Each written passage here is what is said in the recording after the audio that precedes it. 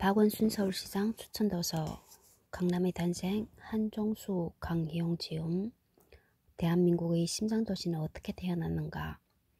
이 책에는 우리가 잘 몰랐던 강남의 살아있는 역사가 담겨 있다. 233페이지 10일 지난날의 그늘.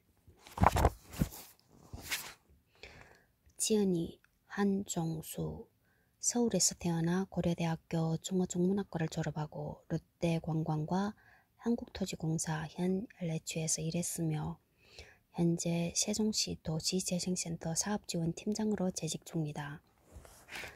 대중역사책을 쓰는 작가로서 거창한 역사 담론보다는 그 사이에 파묻힌 사람들의 흔적과 일화를 발굴해 새로 생명력을 부여하는 작업을 해왔다.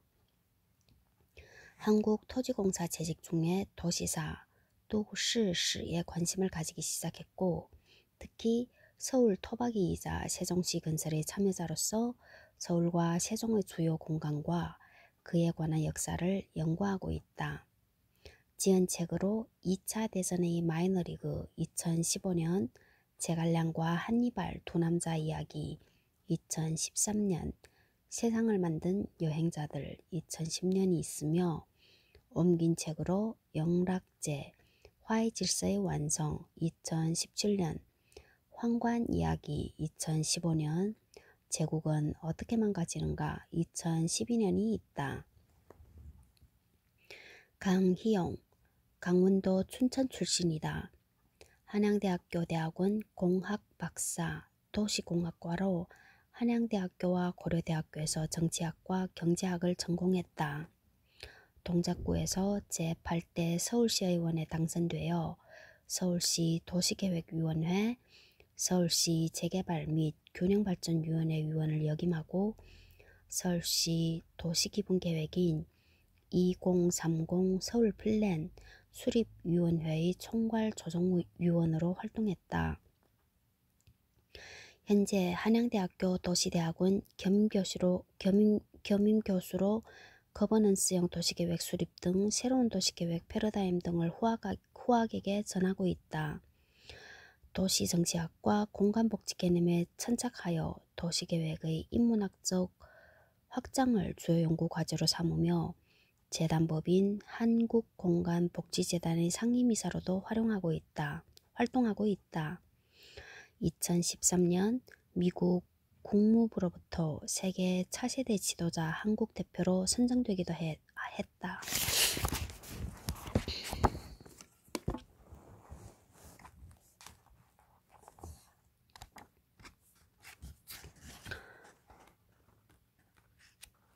찾아보기 기타 329페이지 11.6 64 1212 군사반란 232 236 2000 서울도시기본계획 268 내지 270 2011 서울도시기본계획 270 내지 273 2020 서울도시기본계획 273 내지 276 2030 서울플랜 276 내지 278 3S정책 130, 134, 232 삼획도시 47, 92, 126 518, 232 523 대책 247 63빌딩 145, 149, 189 등 6월 항쟁 152, 166, 170, 174 파라군 12, 95, 98, 152 GMC 어떻게 했지?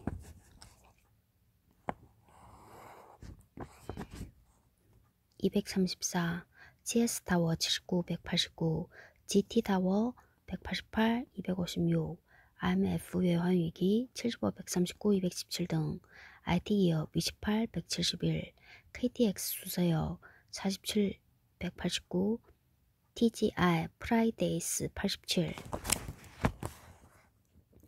233페이지 여기에다 1986년에 3조 호황이 겹치면서 테헤란로와 강남로는 룸살롱과 안마시술소, 카바레, 호텔 등의 간판으로 불야성을 이루게 된다. 당연히 조직 폭력배들이 불나방처럼 몰려들었다. 그리고 결국 1986년 8월 14일 역삼동의 서진 룸살롱에서 4명이 살해되는 참사까지 벌어지고 말았다. 가해자 측인 서울 목포파의 조직원들 다수가 요도대학 출신이거나 재학생이었는데 이 때문에 요도대학은 용인대학교로 교명을 변경하기까지 했다. 1987년에는 여성 전용 술집에 사상 최초로 남성 윤락 혐의가 적용되어 업주 3명이 구속되는 사건까지 벌어졌다. 지금 호스트바의 원조인 셈이다. 참고로 방배동 카페골목에 있는 헛바, 호스트바의 약자는 뒷바라고 부르고 강남역과 압구정, 청담동, 신사동, 교대 쪽에 있는 헛바는 정바라고 부른다고 한다. 뒷바는 언뜻 음악 전문 DJ가 나오는 보통 바처럼 보이지만 사실 호스트바와 다를 바 없어 뒷바라고 부르고 정바는 정통 호스트바의 줄임말이라고 한다.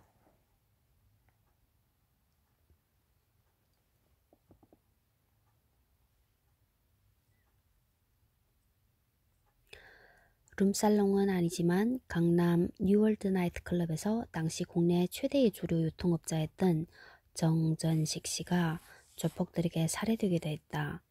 1990년대 초반에도 10대 소녀들과 여대생들의 룸살롱 진출, 일본 야쿠자들의 룸살롱 진출, 호텔 나이트클럽의 무허가 룸살롱 운영 등 여러 사건이 끊이지 않고 일어나 룸살롱에 대한 인식이 안 좋아졌다. 하지만 룸살롱은 더 확산되어 심지어 면 단위에도 등장할 정도로 국민들에게 익숙해져 갔다.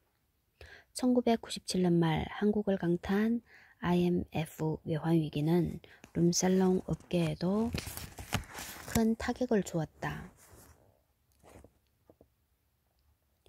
특히 주요 고객인 기업들이 고액 접대가 눈에 띄게 줄면서 500여 개의 상위권 업소를 제외한 중소업소들은 상당수가 폐업을 면치 못했다. 대부분은 북창동식 퇴폐 행위를 도입하면서 생존을 도모했다.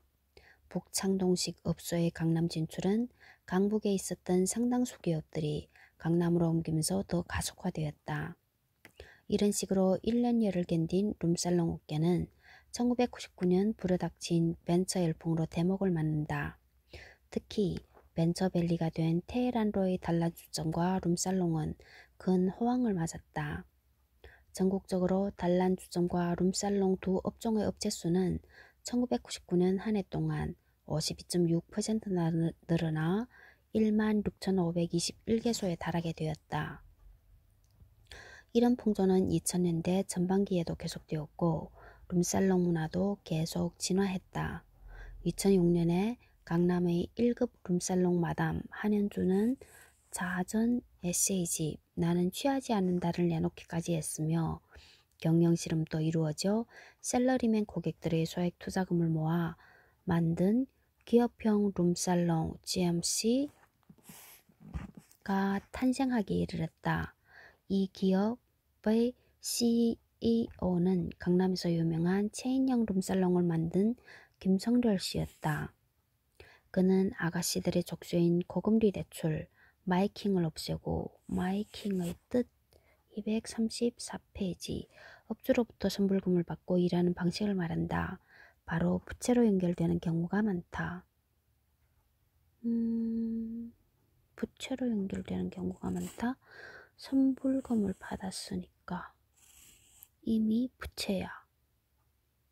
하면 부채가 아닌데 하지 않으면 부채. 마이킹을 없애고 마담 수수료를 대폭 낮추는 경영혁신으로 룸살롱 업계에 새바람을 일으켰다. 그는 대기업에 나가 접대문화 강의를 할 정도였다고 한다. 이런 부침을 겪으면서 룸살롱은 진화해왔고 접대문화와 향락문화의 대표 주자로서 여전히 건재하다. 물론 강남이 그 중심에 있다. 235페이지 10일 지난날의 그늘 폭탄주 이야기 룸살롱과 불가분의 관계에 있는 양주와 폭탄주 이야기도 빼놓을 수 없다. 룸살롱의 급속한 성장으로 국내 위스키 시장도 미국 위스키 회사들의 주목을 받게 되었다. 그래서 시그램사는 한국 시장에서만 파는 17년산 발렌타인과 21년산 로얄 살루트 500ml를 시판하기에 이른다. 위스키는 병당 4배 이상의 차익을 얻을 수 있는 고부가 가치 상품이었고 게다가 용량도 다른 주류보다 적었다. 매상을 올리려면 위스키를 더 많이 파는 게 답이었고 당연히 업주들은 위스키를 선호했다. 업주들의 노력 덕분인지 지금 한국은 세계에서 7, 8위권의 위스키 소비 대국이 되었다. 룸살롱 하면 폭탄주를 빼놓을 수 없는데 요래에 대해 여러 설이 있다. 20세기 초 부도 노동자들이 적은 돈으로 빨리 취하기 위해 싸구려 위스키나 럼주에 맥주를 섞어 마신 데서 시작되었다는 이도 있고 동시대의 러시아 벌목공들이 시베리아의 한파를 이기기 위해 보드카와 맥주를 혼합해 마신 데서 유래했다는 이도 있다. 어떤 이는 미국의 한 술집 주인이 무심코 손님이 남긴 위스키와 맥주를 섞어 마시면서 시작되었다고 한다. 20세기 초 미국을 무대로 한 영화 흐르는 강물처럼 물 보면 주인공 형제가 바텐더가 만들어 주는 폭탄주를 마시는 장면이 나온다. 북유럽에도 500cc 맥주잔에 독일산 증류주인 슈납스를 부은 잔을 넣는 잠수함이란 폭탄주가 있다고 한다. 어쨌든 우리나라 폭탄주의 직계조상은 미국의 노동자들이 만든 맥주를 탄 위스키인 보일러 맥키어라고 할 수 있겠다. 그런데 어떻게 이런 하층 문화를 한국에서는 사회 지도층과 권력 집단이 사랑하게 되었을까? 1970 내지 80년대 미국에 유학을 다녀온 장교들이 폭탄주를 한국에 들여왔다는 것이 거의 정설이다. 군대에 이어 폭탄주는 검찰 내에서 급격히 퍼져나갔다. 검찰 쪽의 원조는 국회 의장과 집권 여당 대표를 지낸 박희태라고 하는데 최근 그의 추태가 널리 보도된 바 있다. 보다시피 폭탄주를 도입한 초기 두 집단은 공기 폐쇄적인 엘리트 집단이었다. 1986년 3월 21일 국회 국방위원회 회식 자리에서 재미있는 사건이 터졌다. 폭탄주를 돌리다가 국회의원인 남재희와 이세기가 정동호 육군참모차장과 이대희 소장에게 얻어맞은 사건이 벌어진 것이다. 이 때문에 폭탄주는 더 유명해졌다.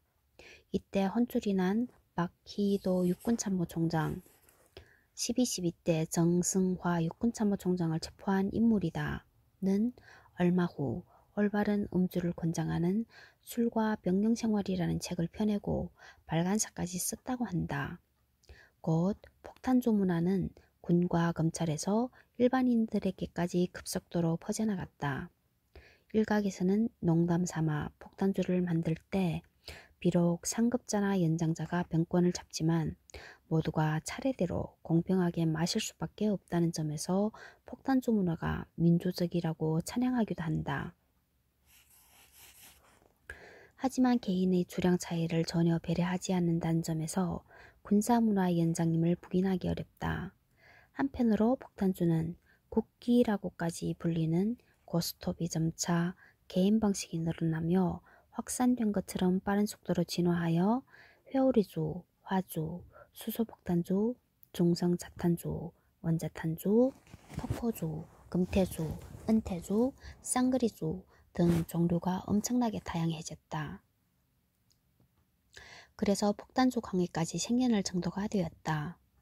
하지만 폭탄주로 인한 사고는 여전해서 2006년 6월 최연희 의원이 일으킨 여기자 성추행 사건의 배경에 폭탄주가 있었고 이때 박진폭소 폭탄주 소탕클럽 회장은 한나라당 의원들에게 폭탄주를 끊으라고 하면서 망치로 숫잔을 부수는 퍼포먼스를 벌이기까지 했다. 기본적으로 폭탄주는 빨리 마시고 빨리 취하려고 마시는 술이다. 이는 과학적으로도 증명이 된다. 알코올은 대개 소화기 점막을 통해 혈액으로 흡수되는데 약 20%는 위에서 80%는 소장의 윗부분에서 흡수가 된다. 맥주 등의 탄산 들어있는 액체를 알코올에 섞어 마시면 소장으로 넘어가는 속도가 빨라지게 되고, 맥주 등의 탄산이 들어있는 액체를 알코올에 섞어 마시면 소장으로 넘어가는 속도가 빨라지게 되고, 자연히 알코올 흡수 속도가 빨라져 더 빨리 취하게 된다. 물론 손님을 빨리 취하게 해서 빈 양주병을 가져다 놓고 바가지를 씌우는 룸살롱 측의 영업 전략도 폭탄주의 전성시대를 여는데 한몫하였다. 누군가가 선진국들이 200년간에 걸쳐 이룬 산업화를 한 세대 만에 달성하느라 한국인들은 엄청난 스트레스를 받아야 했으며 이를 종교와 술로 위로했다는 글을 쓴 적이 있었다. 그런 것 같아. 종교. 한 동네에도 교회당이 얼마나 많은지. 주님과 주님의 의지해야 했던 한국인들, 이젠 좀 천천히 마셔도 되지 않을까? 예전에는 스트레스를 풀기 위해 마셨다지만 이제는 그런 독주를 마시는 행위 자체가 스트레스가 되는 시대니까 말이다. 237페이지. 비인간적인 도시. 강남역 주변은 사람과 가게, 자동차가 넘쳐나지만 사람들이 잠시 앉아 쉴 작은 공원도 없었다. 이런 문제점을 계속 지적받은 탓인지 최근에 원형 벤치들이 설치되어 다행이기는 하다. 하지만 거칠게 묘사하자면 강남역 주변은 그저 먹고 놀 곳을 찾아 떠도는 젊은이들과 그들을 끌어들여 돈을 벌려는 가게들이 넘칠 뿐이다. 그나마 교보문고가 들어서 있어 체면치레를 하고 있다. 세계 10위권의 경제대국이 되었지만 실상 세계 최고의 노동 강도와 경쟁, 그리고 최근 성완종 리스트가 보여주듯이 끊임없는 비리에 시달리고 있는 한국의 속살이 한국을 대표하는 상업지역인 강남역 주변의 화려하고 번잡한 모습에서 잘 드러나고 있다.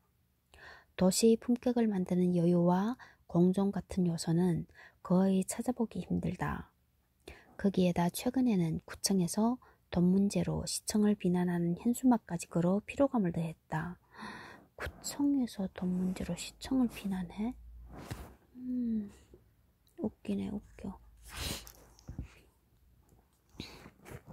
노래 가사처럼 멋쟁이 높은 빌딩들이 으스대고 있지만 전국에서 손꼽힐 정도로 많은 사람들이 오가는 보도는 아주 답답하다. 황두진 건축사의 표현대로 차와 사람과 가게의 물건들이 더불어 고통을 분담하는 풍경이 길게 펼쳐져 있을 뿐이다. 239페이지. 12. 현재의 강남. 239페이지. 239페이지. 현재의 강남. 아파트 구조의 변화. 주상복합 열풍. 도곡동 초고층 주상복합. 재건축 아파트의 브랜드화. 성형수술의 메카. 삼성타운과 새로운 스카이라인. 신사동 가로수길. 황금노선 또는 지옥철. 지하철 9호선. 강남스타일. 13. 서울시 도시기본계획과 강남. 267페이지. 제3부 강남들. 14. 작은 강남들. 281페이지. 15. 강남의 영향. 301페이지. 마치묘. 307페이지.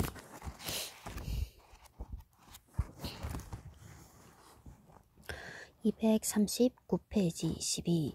현재의 강남.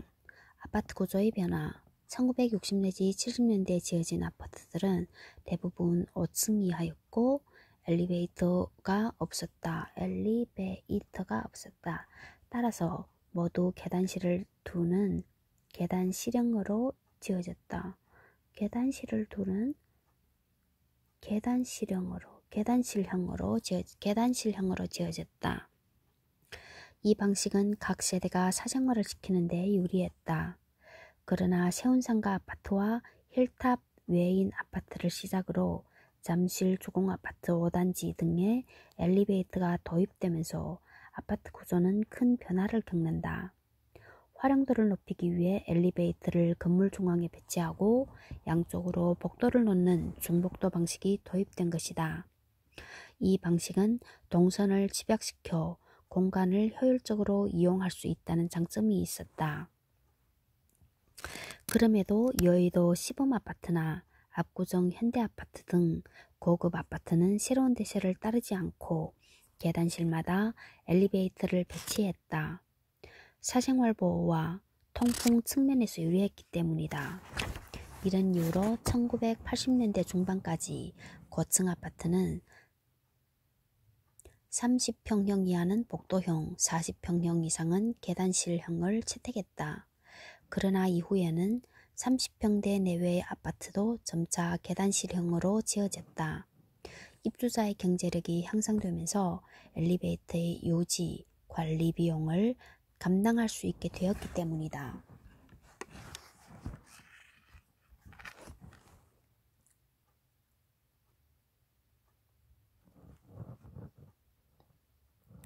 하지만 내부 구조와는 별개로 아파트의 외형은 속칭 성냥갑이라고 불리는 판상형을 좀 더 오래 유지했다. 물론 1980년도에도 방배동 임광아파트나 서초동의 3호 가든 아파트 등 탑상형, 타워형 아파트가 없지는 않았지만 남양 문제 때문에 그리 선호되지는 않았다. 그러나 지나치게 획일적인 판상형 아파트에 대한 비판, 아마도 올림픽 때 방문한 외국인들의 반응이 치명적이었을 것이다. 이 비판이 거세지면서 변화가 일어났다. 1980년대 말에 조성된 상계 신시가지 아파트에서 여러 변형이 나타났고 1997년부터 정부가 정책적으로 초고층 조상복합 건물 혹은 아파트 건설을 지원하면서 타워형 아파트가 대세가 되었다.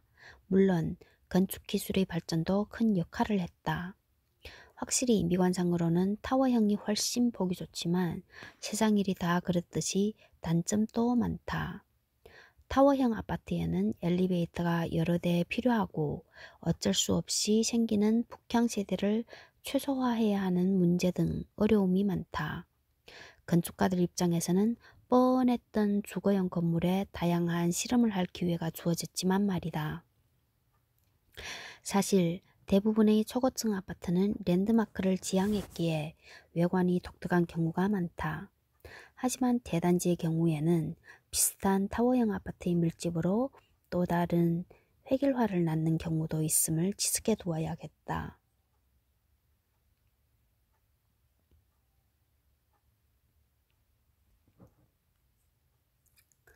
그런데 낭만 아파트의 저자 허이도 씨는 이에 대해 독특한 견해를 피력한다. 장난기 섞인 그의 글을 보자. 언젠가 강남 아파트가 모두 타워형으로 바뀌었다고 치자. 30년이 지나면 예기치 못한 변수가 발생할지도 모른다. 바로 바퀴벌레의 습격이다. 타워형 아파트가 얼마나 환기시설을 잘 갖추었는지는 모르지만 아무리 첨단 기술을 동원해도 맞바람을 통하게 할 재간은 없다. 그러면 아파트에 바퀴벌레가 덤비기 마련이다. 물론 판상형 아파트에도 바퀴벌레가 산다. 그것은 크기가 손톱만 하여 영어로는 코크로치라고 한다. 한때 돈벌레로 오인되어 보호됐던 정도다.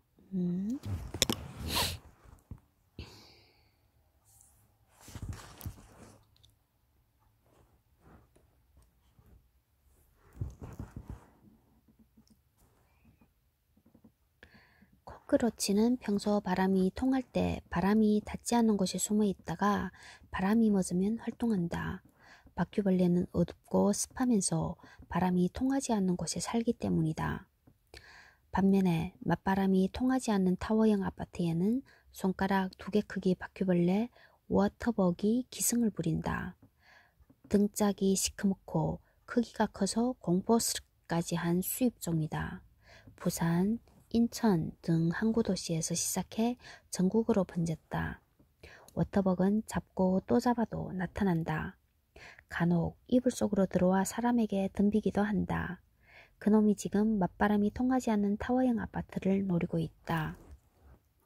241페이지 주상복합 열풍 도곡동 초고층 주상복합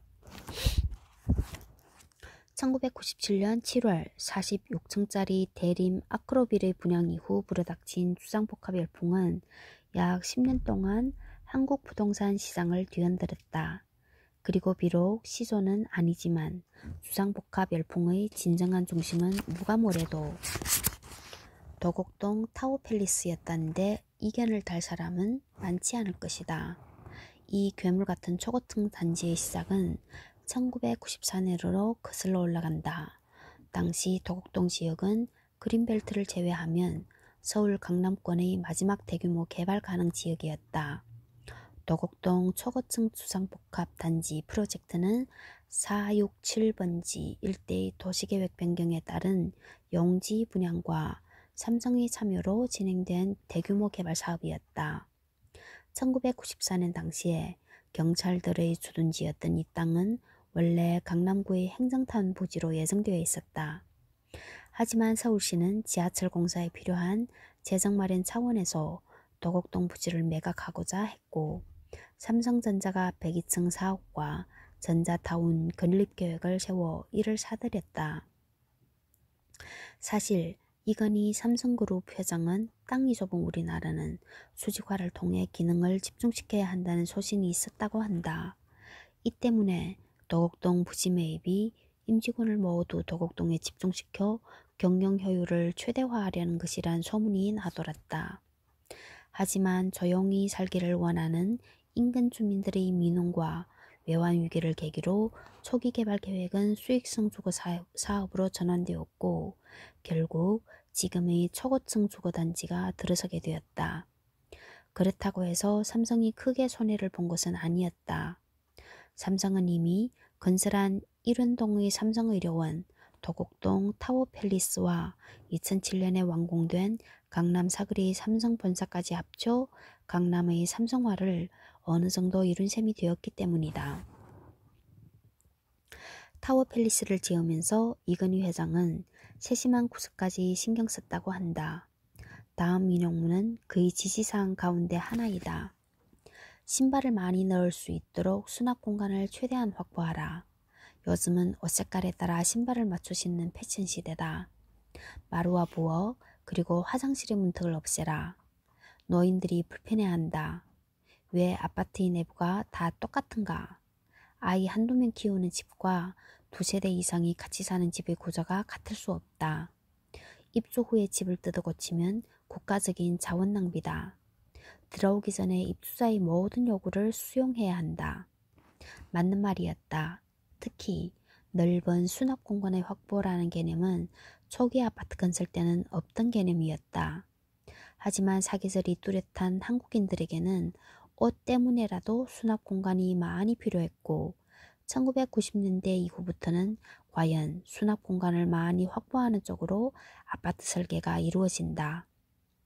도곡동 초고층 주거단지는 정경부대가 주둔하던 대지면적 35,668평에 들어선 대단지로 66층의 타워팰리스를 비롯하여 삼성중공업의 55층짜리 주상복합 2개동, 대림건설의 46층짜리 아파트 2개동, 31층짜리 군인공제회 아파트 등으로 구성되어 있다.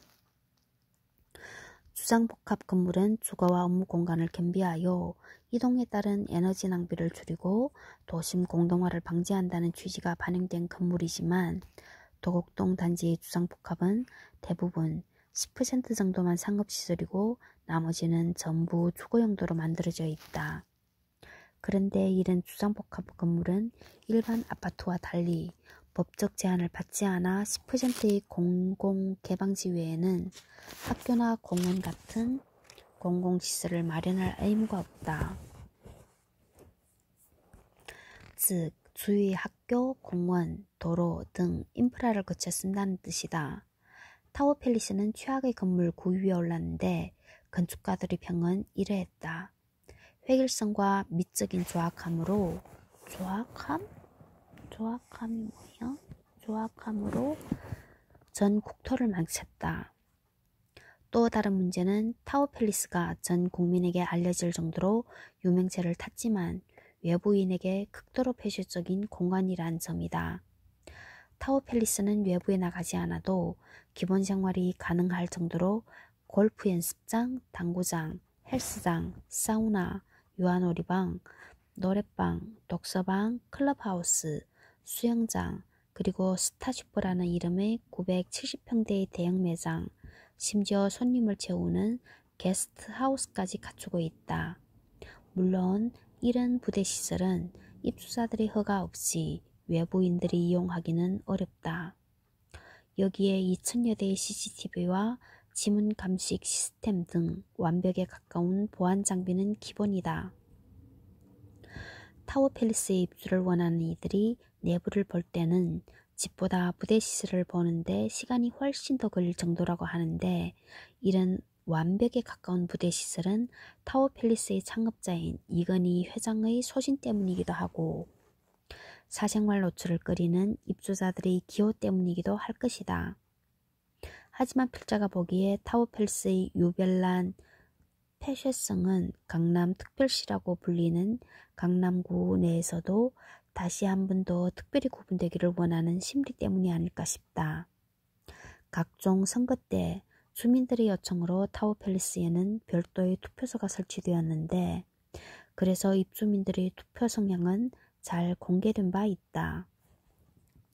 2011년 서울시장 보궐선거 때는 나경원 후보가 89%의 표를 받았고 2012년 대통령 선거 때는 박근혜 후보가 85%를 득표했다고 한다.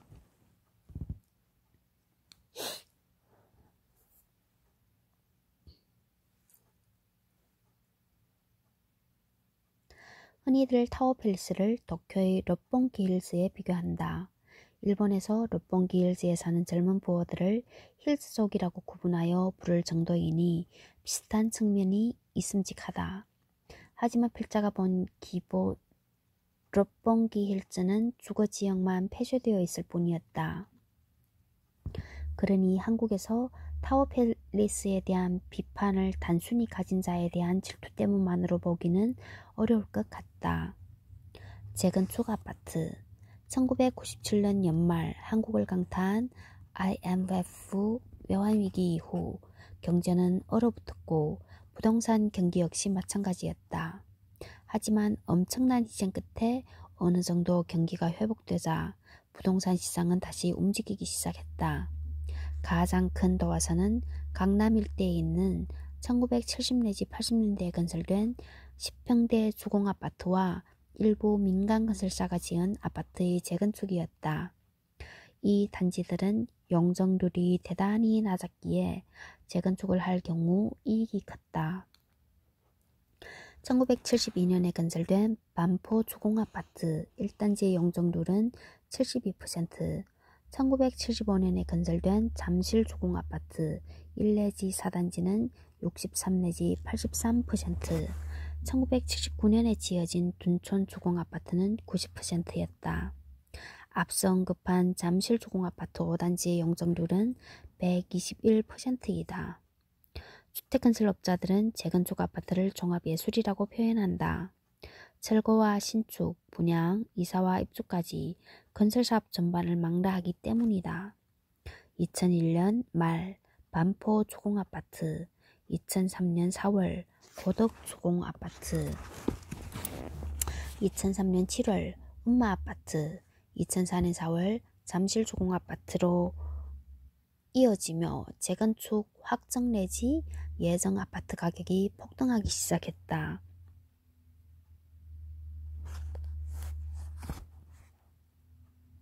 심지어 강남과는 거리가 먼 광명시 철산주공아파트 단지의 17평짜리 아파트가 3억 원이 넘기도 했다.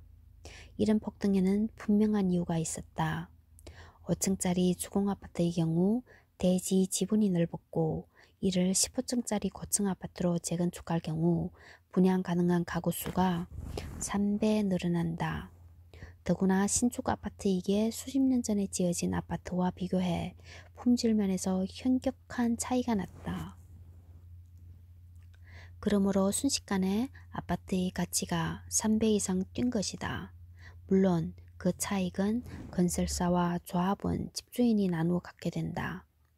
재건축 아파트 중 가장 인기 있었던 잠실 주공아파트 2단지와 3단지 7,730채의 경우 KBS의 한국사회를 말한다 팀에서 등기부 등본을 전부 떼어 분석을 한 적이 있었다. 그 결과는 충격적이었다. 소유자와 거주자가 일치하는 경우가 13.9%인 1,080채에 지나지 않았고 만 12세 중학생이 집주인인 경우도 있었으며 한 사람이 세 채를 보유한 경우도 있었다. 또 비거주 소유자의 50%는 강남 거주자였다. 하지만 황금알을 낳는 거위라는 아파트 재건축은 상당히 까다로운 절차를 거쳐야 한다. 우선 전체 집주인 중 80%의 결의가 필요하고 그 다음에는 안전진단에서 이 아파트는 안전상 문제가 많아 철거해야 한다라는 판정을 받아야 한다. 후자의 조건은 사실 아파트의 자산 가치가 낮게 매겨져야 한다는 이야기인데 실제로는 그래야만 높은 가치가 보장되는 아이러니가 발생하는 것이다. 물론 그 후에도 조합 설립인가 사업계획 승인 등 여러 절차를 거쳐야 한다. 그러나 극성스러운 투기꾼들은 이 정도의 난관에 아랑곳하지 않았다. 강남구는 심지어 지어진 지 15년밖에 안 된 아파트의 재건축까지 허용했고 이로 인해 조합 간부, 시청 간부, 은행원, 전 국회의원, 보좌관 등이 수십억 원의 뇌물을 받고 처벌되었다. 사업을 수주하려는 대형 건설사들 간에 비방전이 벌어지기도 했다. 예를 들어 강동 시형 1차 아파트 재건축을 두고 현대건설과 대림건설은 법정 싸움까지 벌였다. 재건축 아파트의 가격은 다른 지역 아파트보다 1.5배 넘게 뛰었고 이렇게 재건축 아파트 시장이 과열되자 정부가 나서지 않을 수 없었다. 정부는 2003년 523 대책을 내놓으며 재건축 아파트에 대해 후분양제를 실시했고 9월 5일에는 분양권 전매를 금지하고 건설 예정 가구의 50% 이상을 전용 면적 25.7평 이하로 짓도록 의무화했다. 또 앞서 2002년 12월 통과됐던 도시 및 주거환경정비법이 발효되면서 늘어나는 용적률 중 25%는 임대아파트를 짓는 데 할당해야 했다. 이런 정부의 재건축 아파트 규제는 2006년 3월 유엔 12까지 낳은 재건축 초과이익 환수 제도로 결정에 달했다. 이 제도는 재건축 아파트의 가격 폭등을 막기 위해 재건축으로 인한 시세 차익의 최대 50%를 정부가 거둬들이는 제도였다. 그러나 2008년 세계금융위기 이후 국내 부동산 시장이 침체되자 2014년 말까지 적용이 유예되었다. 지금은 전반적인 부동산 경기 침체로 재건축 아파트도 한물간 상태지만 2006년 8월 건설교통부가 작성한 재건축 초과이익 환수에 관한 시행방안 연구라는 문서를 보면 이런 대목이 있다. 13평 기준으로 최근 3년간 2억 4천만 원에서 7억 원으로 상승함에 따라 동 아파트의 소유자는 개인적으로 별다른 노력 없이 3년간 4억 6천만 원의 재산이 증식되었다. 잠실 저밀도 세대수가 2만 1250세대임을 감안하면 총 초과이익은 약 10조 원에 달한다. 서울시의 2006년 예산이 약 15조 원임을 감안하면 이들 재건축 아파트 소유자들이 향유하는 초과이익이 얼마나 큰지 알 수 있다. 물론 재건축 아파트의 순기능도 있다.